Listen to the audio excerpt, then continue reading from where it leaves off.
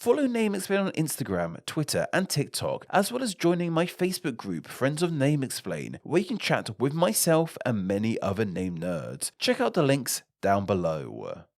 Pronouns is a word we use in lieu of our own names, most commonly a she, he, they, we, and it. So in example, instead of saying Patrick walked around the park, we could just say they walked around the park, and so on. I'm pretty sure most of us know what pronouns are already and how exactly they work. This is because we've been using them pretty much our entire lives, and in more recent years, there's been so much more discussion about them. Pronouns are traditionally linked with the gender of a person we are talking about. Most traditionally, we use he for men and she for women, yet there is an ongoing discussion about how we should use them for people, what pronouns people wish to be addressed by, and what not to presume of some individuals. This is all really interesting stuff and something I would love to make a video on one day. Yet today we aren't talking about the pronouns of men, women, kids, dogs, birds, or even anything with a pulse. Today we are focusing on the pronouns used for a mode of transportation, of all things. This is an odd one because for most of the time in English, when talking about an object, we use a gender-neutral pronoun more often than not. For example, we would say, a mug fell off the kitchen counter, it smashed on the floor, as opposed to a mug fell off the kitchen counter, he or she smashed on the floor. And this is how we do it for pretty much all inanimate objects. Yet there is one that bucks the trend in a big way, that being ships. Humans and boats have a long history together. They're considered to be our first mode of transportation. Well, minus our own legs of course. We were on the water in vessels like boats and ships before planes, cars, trains, and even before we were riding horses. Boats are super old. As well as sailing on boats for ages, we have seemingly been giving them names for quite some time too. Boats are the vehicle most often linked with being given names. Sure, cars and planes have model names, and many people give them their own personal names, but boats are so well known for having names that it's kind of odd if they don't have one. I guess the only other mode of transport we would expect to have a personal name in the same way as boats would be a horse. The earliest evidence we have of a boat with a name comes from ancient Egypt from around 2600 BC. It was called Praise of the Two Lands, with the two lands being Upper and Lower Egypt. So suffice to say, we've been given boats names for quite some time. Boat names traditionally were meant to be a good omen, so were given positive meanings. Sailing the seas in the ancient past was quite the task and still can be to this day, so sailors needed all the good luck they could get. Today's boats can have all different kinds of names. Take the British Navy's aircraft carrier HMS Queen Elizabeth, or the US Navy's combat ship USS St. Louis, or even the Japanese Navy's helicopter carrier Hyuga. Even smaller boats have names too. Go to any harbour or dock and you'll see that pretty much every boat will have a name of some kind written on its side. If anyone is curious, if I had a boat, and I don't by the way, go support me on Patreon to make that happen, it would be called the Sea Pig. I just love pigs I guess. Let me know what you'll name your boat down below.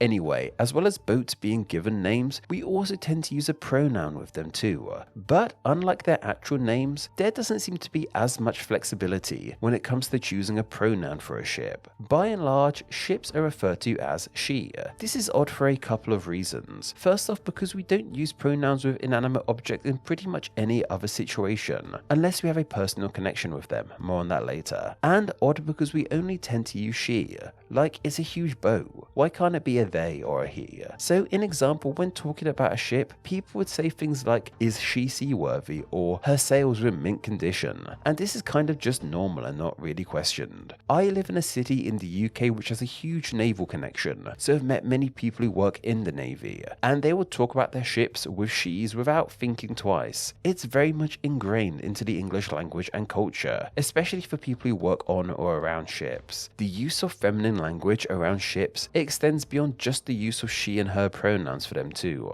In example, cruise ships that are built from the same design or in the same fleet are often referred to as sister ships, as opposed to brother ships or just sibling ships. And the use of the she pronoun tends to be used regardless of the ship's actual name, even if its actual name is more masculine. In example, the British Navy have another aircraft carrier called HMS Prince of Wales. Princes tend to be males, so it makes sense if this ship's pronouns were to be he and and his, but that isn't the case. HMS Prince of Wales is still referred to as a she, as if it were the Princess of Wales instead. You could have a boat with the most masculine name, like Derek or Ken, I don't know, I don't care about masculinity, but it would still be referred to as a she. This is just how ingrained this tradition of using female pronouns of a ship has become for many people. And of course, ships aren't actually female. They don't identify themselves as female, nor are they biologically female, like they're literally boats. So why do we have this tradition of using female pronouns with ships? How far back does it even go? We mentioned the earliest known of named ship, Praise of the Two Lands. Would this ship have been referred to as a she?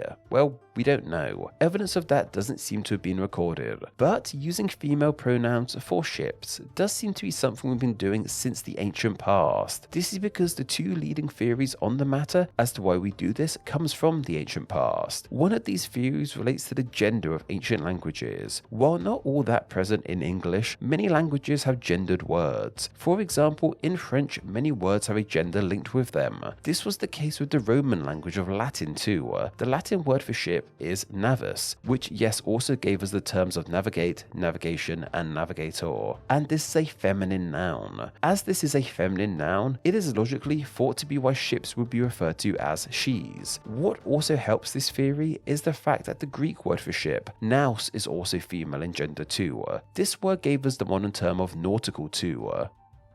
While these ideas do make some sense, there is a problem with it. While specific objects in these languages have genders, it doesn't all that often affect their pronoun. For example, the French word for table, tableau, is a feminine word, but this doesn't mean that all tables are referred to as she in French. Instead, they're called it. So this doesn't help the theory all that much. Perhaps in the mix-up of old English speakers trying to grasp Latin and French, things got a tad mixed up and they believed the gender of a word dictated the pronouns we ought to use too.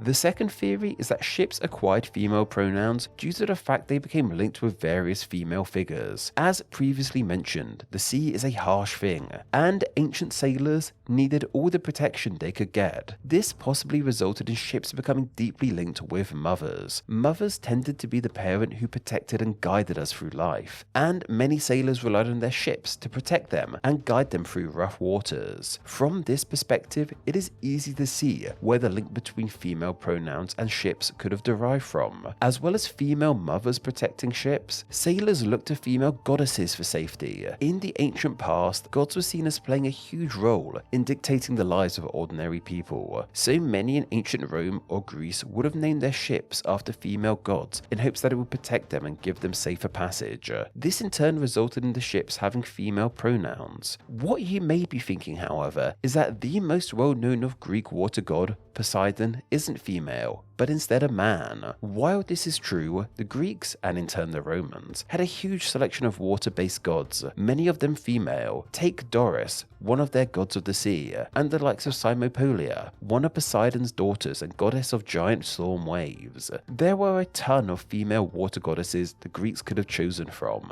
I also want to mention the fact that we humans tend to use specific pronouns for objects we have a much deeper personal connection to. Many of us do this. Many refer to their cars as he or she, and many people even do this with their favorite mugs or decorations. In my own case, I have a bin in my office I put googly eyes on years ago, and his name is Bertie, and yes, he is a he. It's silly, but it's something many of us do. It's easy to see how this personal connection could have helped ships gain pronouns. But out of these theories, which one is truly correct? Well, it's probably a combination of both of them, the natural evolution of language and the preference of sailors. There are other theories, but they don't seem to be all that true and are somewhat derogative towards women and play on outdated stereotypes, like the idea that ships are named after women because they both cost a lot of money, or because they are both high maintenance, all that kind of rubbish. There's this bizarre article I found on the subject from 1998 that can be found on the US Naval Institute's website explaining why ships are called she, and it says things like, a ship costs a lot to dress, sometimes blows a bit of smoke, and requires periodic overhauls to extend her useful life. Some have a cute fantail, others are heavy in the stern, but all have double bottoms which demand attention. Like, I don't know if this is a joke article or what, but it's weird and wrong and came up way too high in Google search results. And it's worth mentioning that all of this so far only relates to the English language. What happens in other languages? Well, it seems that in other languages, ships are called she, but there was also an interesting outlier. The German Bismarck from the Second World War was referred to as a he instead of a she.